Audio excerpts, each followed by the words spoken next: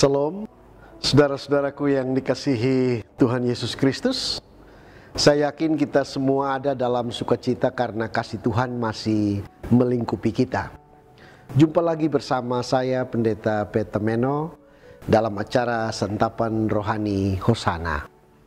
Kita akan belajar firman Tuhan yang terambil dari 2 Samuel pasal 23 ayat 8 hingga ayat 12.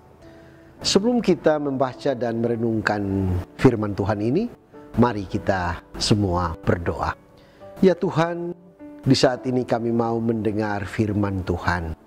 Ajarlah kepada kami ya Tuhan, agar mata hati kami tertuju kepada firman-Mu. Sehingga firman-Mu boleh menjadi pedoman dalam seluruh hidup dan karya kami. Berfirmanlah ya Tuhan, kami siap mendengar. Dalam nama Yesus Kristus, firman yang hidup itu. Amin. Beginilah bunyi firman Tuhan. Inilah nama para pahlawan yang mengiringi Daud. Isiba'al orang Hakmoni, kepala Triwira. Ia mengayunkan tombaknya melawan 800 orang yang tertikam mati dalam satu pertempuran. Dan sesudah dia, Eleasar anak Dodo, anak seorang Ahohi, ia termasuk ketiga pahlawan itu. Ia ada bersama-sama Daud ketika mereka mengolok-olok orang Filistin yang telah berkumpul di sana untuk berperang. Padahal orang-orang Israel telah mengundurkan diri. Tetapi ia bangkit dan membunuh demikian banyak orang Filistin sampai tangannya lesu dan tinggal melekat pada pedangnya. Tuhan memberikan pada hari itu kemenangan yang besar. Rakyat datang kembali mengikuti dia hanya untuk merampas. Sesudah dia, Sama anak Age, orang Harari. Ketika orang Filistin berkumpul di Lehi, di sana ada sebidang tanah ladang penuh kacang merah, dan tentara telah melarikan diri dari hadapan orang Filistin. Maka berdirilah ia di tengah-tengah ladang itu. Ia dapat mempertahankannya dan memukul kalah orang Filistin. Demikianlah diberikan Tuhan kemenangan yang besar. Demikianlah firman Tuhan. Bapak ibu saudara-saudari, Daud adalah salah satu tokoh besar dalam catatan Alkitab. Kebesarannya adalah karena pada masa pemerintahannya ia berhasil mempersatukan 12 suku Israel menjadi satu dan memerintah atas Israel bersatu atau Israel Raya. Bahkan ia mampu mengokohkan kedudukan Israel di mata bangsa-bangsa lain. Dalam kenyataannya, baik itu dalam catatan sejarah dunia maupun kisah kesuksesan tokoh-tokoh besar, selalu ada pengakuan bahwa kesuksesan itu bukan hanya karena kemampuan mereka. Kesuksesan itu diraih karena Tuhan yang menjadi penyebab utama. Karena roh Tuhanlah yang memampukan. Dan Daud menyaksikan itu dalam Mazmur-Mazmur yang pernah ia tulis. Ada orang-orang hebat yang dipakai Tuhan untuk mendukung akan Daud dalam keberhasilan umat Israel.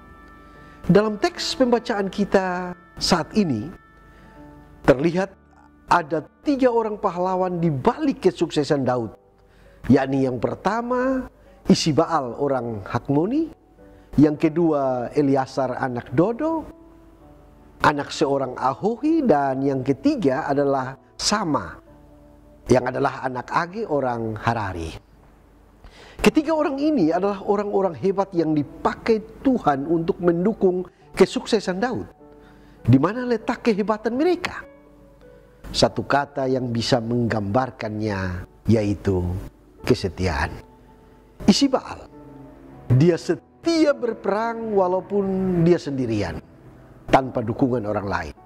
Ia berhadapan dengan 800 orang. Dia tidak mundur sedikit pun. Itu yang pertama. Yang kedua, Eleasar. Dia juga setia berperang mendampingi Daud.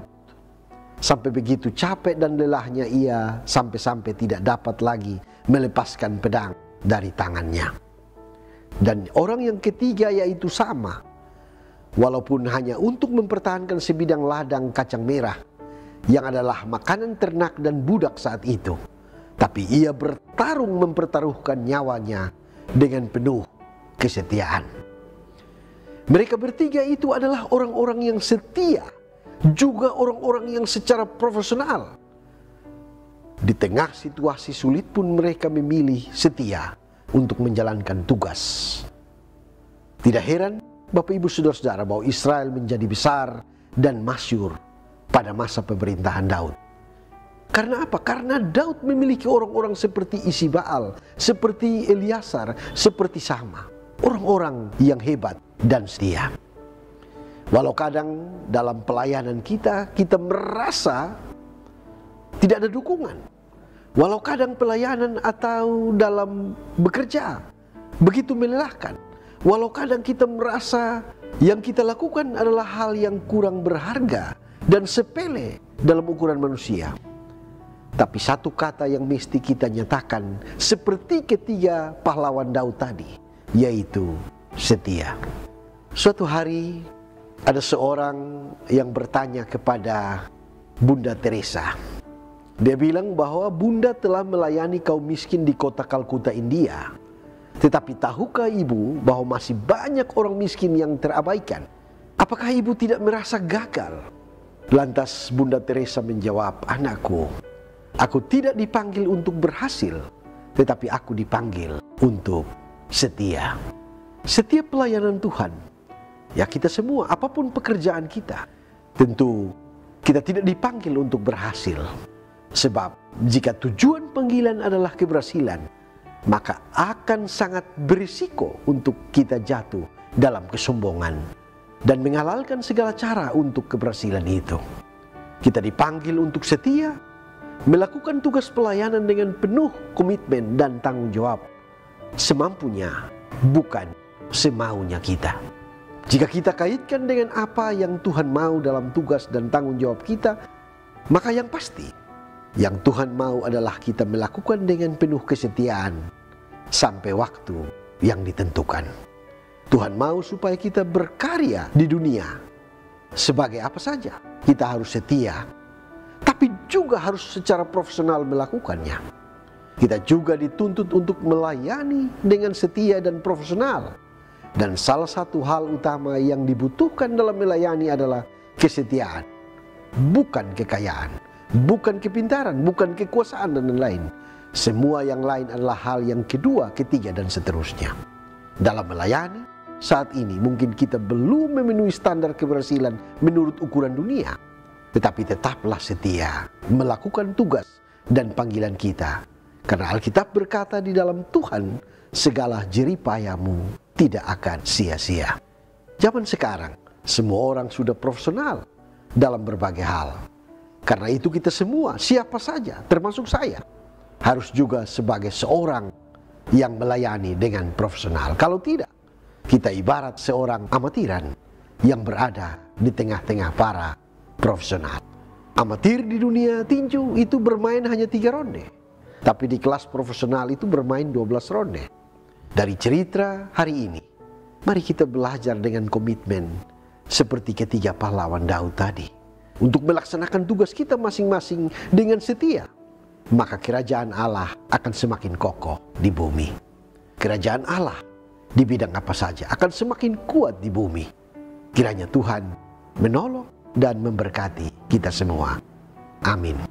Mari kita amini firman Tuhan ini dengan doa. Kita berdoa. Terima kasih Tuhan untuk firman-Mu buat kami saat ini.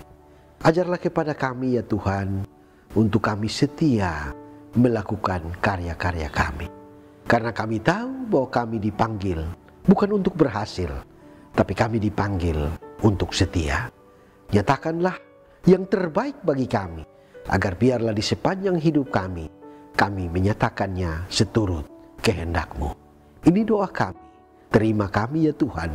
Dalam nama Yesus Kristus kami berdoa. Amin. Kekasih-kekasih Tuhan, Demikianlah santapan rohani Hosana saat ini. Semoga berkat firman Tuhan menguatkan iman kita. Sampai jumpa lagi dalam kesempatan berikutnya. Tuhan Yesus memberkati kita semua. Shalom.